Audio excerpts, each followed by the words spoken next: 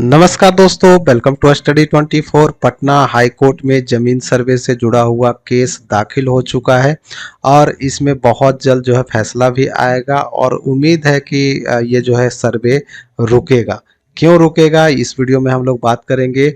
क्योंकि जो है बड़े वकीलों के द्वारा जो है आरोप ये भी लगाया गया है कि हर जगह लूट खसोट मचा के रखा है। जहां भी कोई भी काम कोई आदमी कागज निकालने या कुछ भी करवाने जा रहा है, वहाँ 500,000 रुपये सभी से लिया जा रहा है।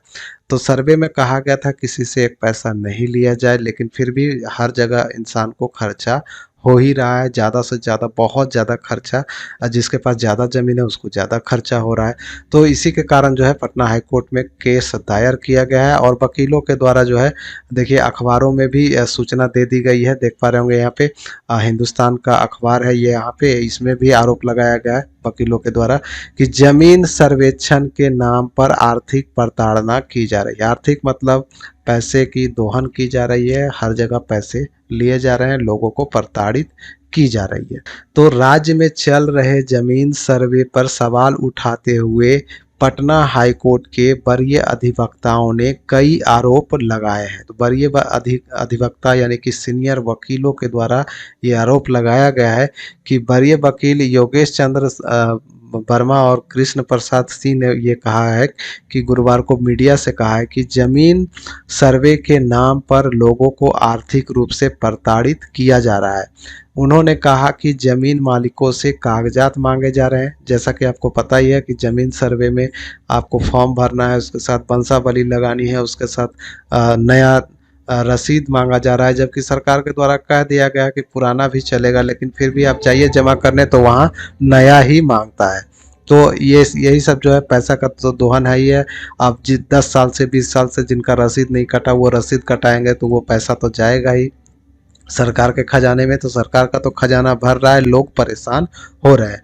बाकी रही कि आप जाइए जमाबंदी निकालने, जाइए आप जमाबंदी के साथ साथ जो आपका खतियान है उसको निकालने जाइए, तो उसमें खर्चा अलग।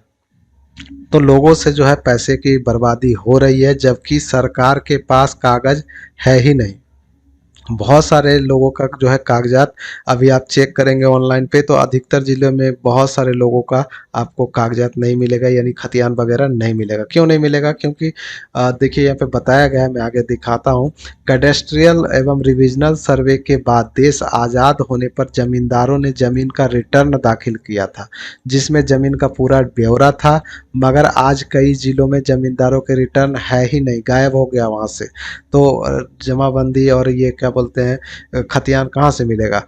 तो कई प्रखंडों में जमाबंदी रजिस्टर 2 जो होता है वो भी गायब है, या फिर उसका पन्ना गायब है, या फिर वो फटा हुआ है। सबसे पहले सरकार को जमींदारों के रिटर्न को सार्वजनिक करना चाहिए था, तब जाके आप सर्वे को शुरू करना चाहिए था, लेकिन कुछ किया नहीं सरकार, सिर्फ लोगों को परेशान किया गया। तो ताकि पता चल सके कि 1950 में भूमि किसके पास थी। अब देखिए रिविजनल सर्वे जब हुआ था उसके बाद से भी बात तैयार, जो खतियान को आधार माना जा रहा है, तो खतियान को आधार माना जा रहा है। जबकि खतियान के बाद जब रिविजनल सर्वे हुआ था उसके बाद भी बहुत सारे ज़मीन बिके। नया 1900 में, 1950 के बाद 1998, 97, 96, 95 जो भी था ईयर, सब में ज़मीन बिका ही है। तो अब नए जो ज़मीन बिके उसका खतियान में तो नाम रहेगा नहीं, क्योंकि जो रिविजनल सर्वे में जिसका सर्वे हुआ था उसका नाम रहेगा। आदमी लिया है 2000 में, 2000 ईस्वी में खेत, अब उसका खोजेगा खतियान तो निकलेगा दूसरे का नाम पे खतियान। तो यही सब प्रॉब्लम चल रहा है, इसी के कारण जो है वो केस हुआ है। जबकि रिविजनल सर्वे के बाद जमीन की बिक्री हो चुकी है। देखिए यहाँ पे भी बता दिया गया कि जब रिविजनल सर्वे के बाद जमीन बिक गई तो अब उसका खतियान कहाँ से आएगा? नया व्यक्ति खरीद लिया तो अब नया व्यक्ति का खतियान मांगेगा तो कहाँ से मिलेगा? जबकि रिविजनल सर्वे में पुराने व्यक्ति का नाम मिलेगा।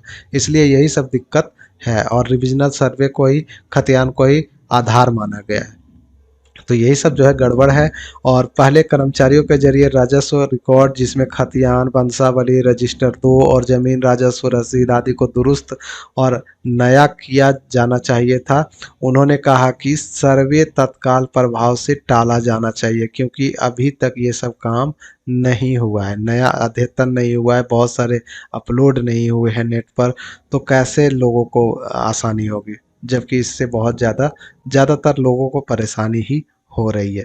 खैर, परेशानी होता तो कोई दिक्कत नहीं था, लेकिन खर्चा बहुत ज़्यादा लोगों को हो रहा है और काम भी नहीं हो रहा है। ठीक है, तो दोस्तों जुड़े रहिए हमारे साथ। जैसे ही और कोई नई सूचना आती है, ये निश्चित है कि ये जमीन सर्वे रुकेगा।